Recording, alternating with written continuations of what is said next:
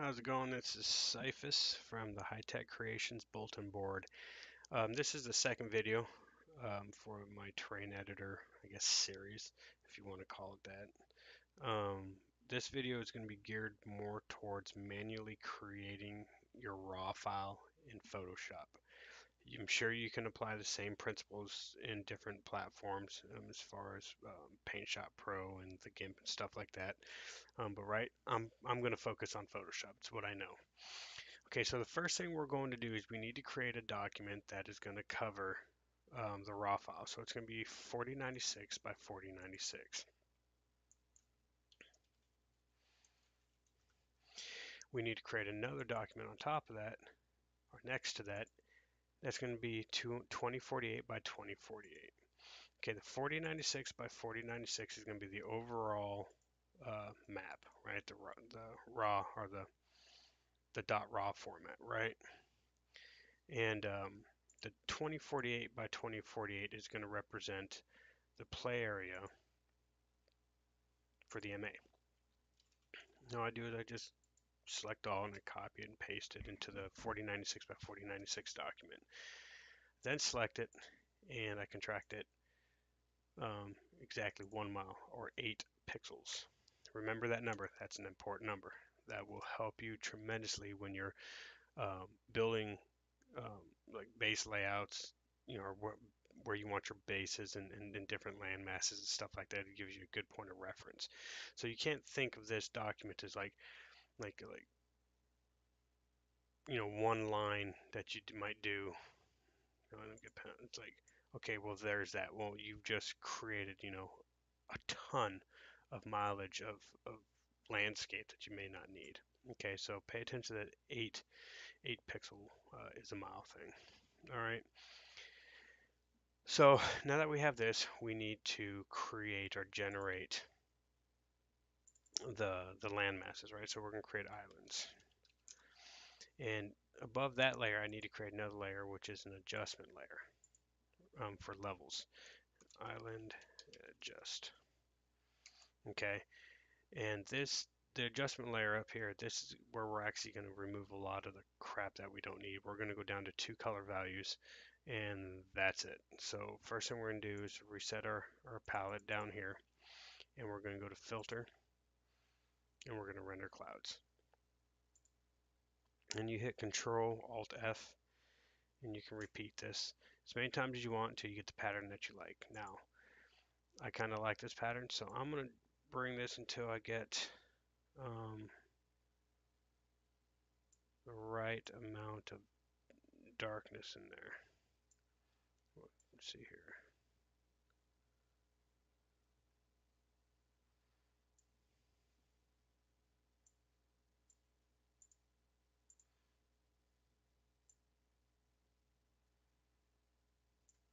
Okay, now I can go up here and I can select. Oh, well, let me drop these down real quick. I'm going to go ahead and I'm going to merge these layers. And then I can use the play area right here if I want to pull this over to here, and then obviously snapshot it and then drag it over. But this is fine where we're at right here, I suppose. So now we need to talk about RGB values. Okay, there is an RGB value that correlates with feet and elevation, and it's both positive and negative. However, there are only 3 values that correlate with water, and they are 255, 254, and 253. So what I need to do is I need to create a new layer and call it water. And I'm going to fill that layer with the value of 250, let's go 253. Oops. 253 and 253.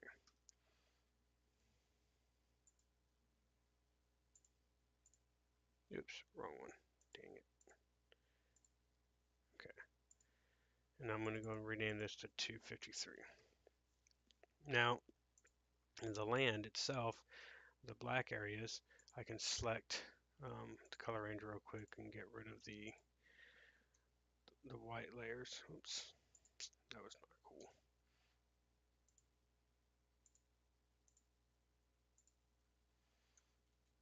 Okay, they're gone. Yep. Now I need to select the black layers,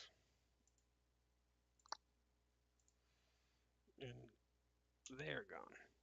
Now this is where it gets interesting. Okay, so there are a total of 128 values that you can use for feet and elevation on a positive scale. You have 0, which is going to be 0, and you have essentially 1 through 127. Um, that makes sense, right?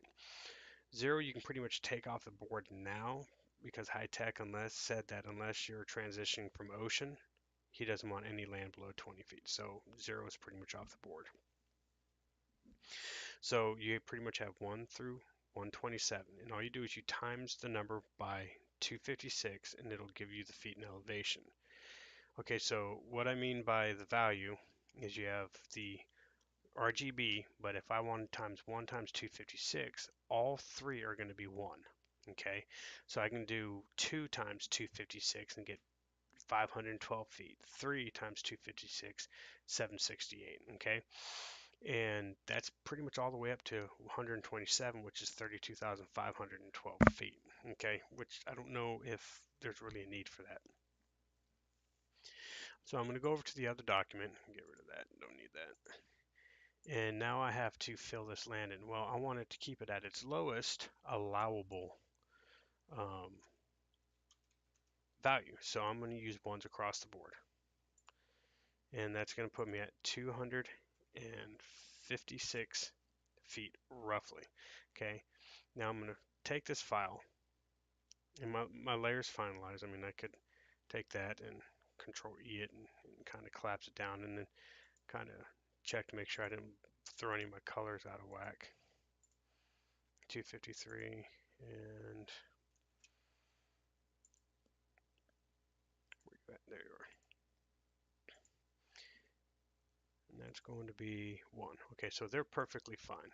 Now I'm going to go up here, and I normally would save this as a PSD so I can come back and work with it later, but for this tutorial I'm not going to do that. But what I am going to do is I'm going to go ahead and save as. I'm going to export it as a raw file.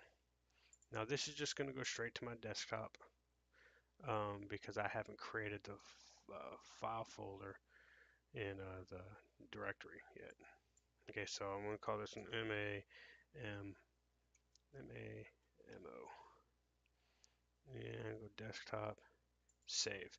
Okay, now we'll probably end up doing this a couple of different times. Um, we will not use non-interleaved order, period. We're just going to leave it at interleaved order, but we'll do one with Macintosh and we're going to do one with IBM PC. It's supposed to be one of those where it's like, it doesn't really matter, but with the train editor it does. Okay, so I'll go ahead and save that out. Now I'm going to open up the train editor. Hey, look, it's the last tutorial. Now I'm going to click File, I'm going to click New, and we're going to call this Tut2. Tut2. Open. And it's going to be 256 miles. That's fine. And then we're going to go ahead and save it. And let me open this up a little bit bigger. Now we're going to import assigned height map. Okay, so this is kind of where things can get weird. You could have two documents and import them. Actually, let me cancel that real quick. We can have two documents that are the same and import them, and they're going to give a different, like different results. It's really weird. So let's go to File, Import Signed, and go to Tut2, and we'll bring that in. I should name that Tut2. Okay, so we got this. See, I told you things got really weird sometimes. Okay, so this has me at 24,000 feet. All right, so that's fine. We can fix that. But I do need to rename the raw file. Oops. Oh. So I'll do that right now in Photoshop. So we're going to save this again, save as. We're going to do Tut2.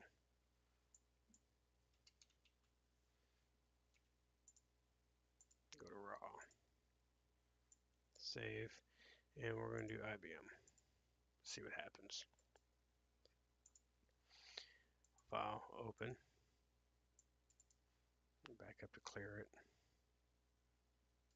There we go. Now we're going to do file, signed height map, 2.2. There we go. All right, that's much better.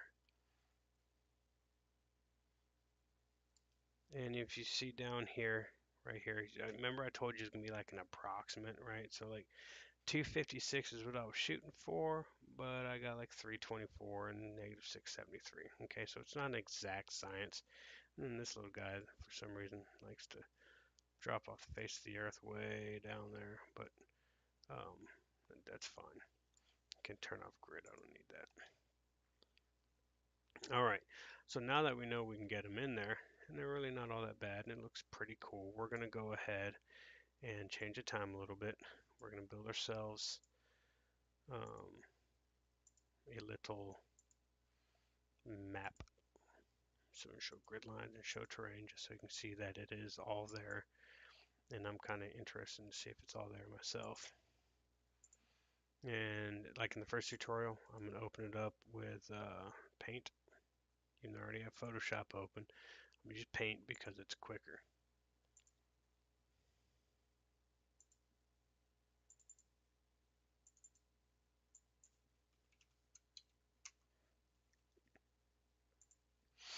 I'm going to go ahead and save it. And I'm going to open it.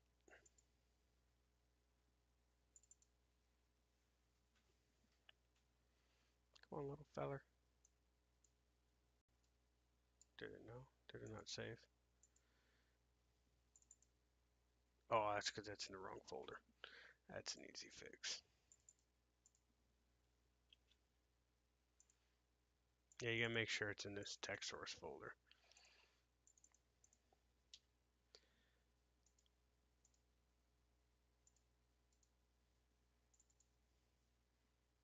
Okay, there it is. And there's the map that we created. Okay. Pretty much go where we want. And then you can go through and build shorelines or beaches on this. I wouldn't do that until you've had a chance to visit every landmass to make sure that everything's kind of squared away. You don't have any weird anomalies. If I ran beaches right now, it would completely destroy this. Watch, I'll show you. It might take a second.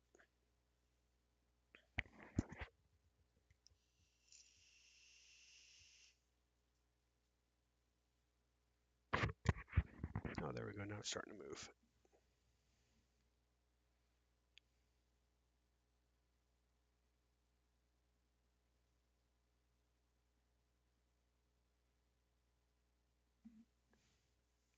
Boom. So, okay, see what that did there? That created havoc. So you don't want to do that. And you know, of course, I don't want to save that at all. So anyway, so there's that. Now, the same principle. If I wanted to create a base, try something like right down here. Go to objects, click it right there.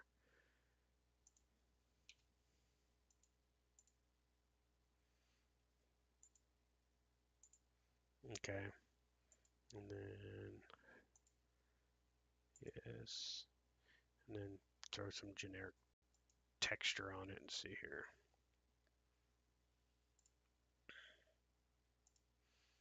Yes, go ahead and apply it. That's fine. File save. And then I can just go ahead and build this out. Oh, let me make a map first. Show field names.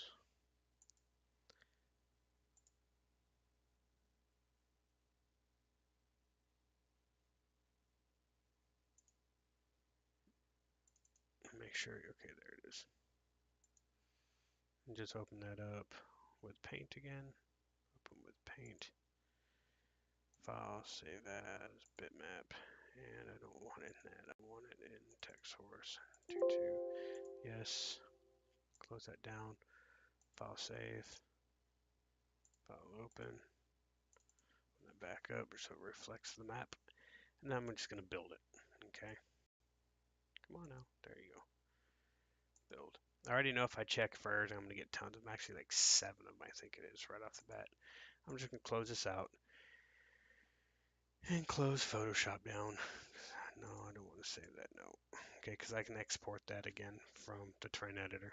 So now I'm going to open up Aces High just to show that it worked. And it's the same steps I followed on the last tutorial, but we'll see if it allows me to do what I need to do. Choose terrain, 122, offline practice, and here we go. Let's see if it works. See if the trusty old P38 wants to go have some fun. Now, if it doesn't work, it'll tell you that you cannot fly from this field. Okay.